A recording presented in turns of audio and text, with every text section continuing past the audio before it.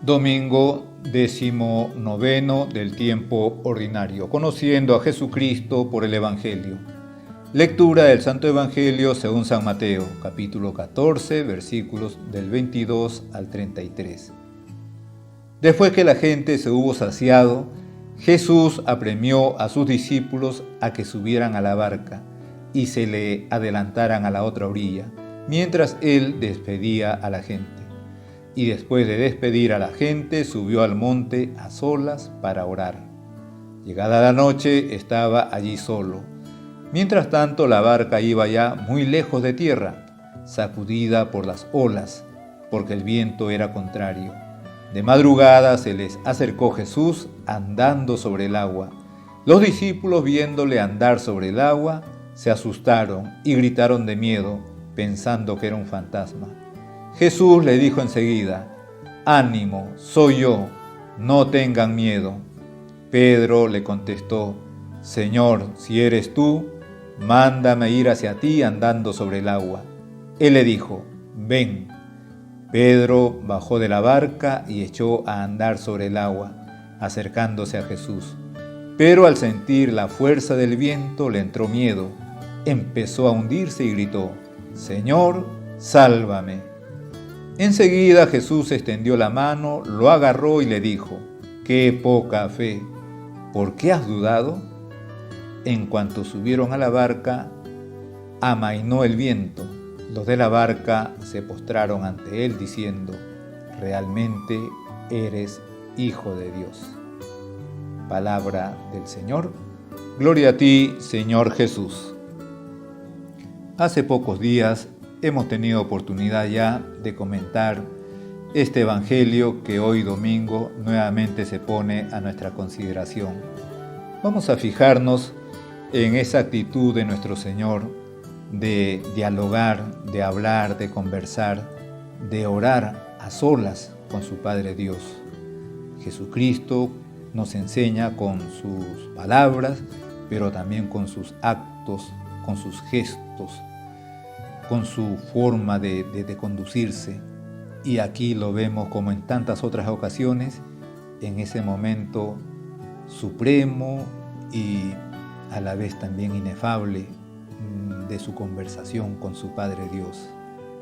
¿Cómo sería ese encuentro con su Padre Dios, ese conversar con su Padre Dios? Y sin embargo, para nosotros nos queda como modelo, como ejemplo, porque más aún el hombre es el que más necesita estar en diálogo con Dios, y Jesucristo nos da ejemplo.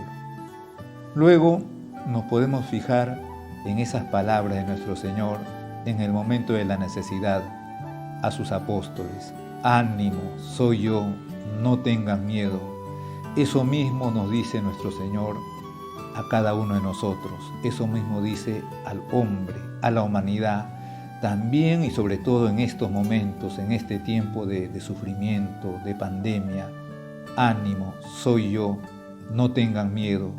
Jesucristo nos está diciendo que Él está con nosotros, que Él nunca nos abandona, pero hay que tener confianza. Hay que tener confianza en que efectivamente Él está con nosotros. Y por eso nos dice: «Ánimo, soy yo, no tengan miedo».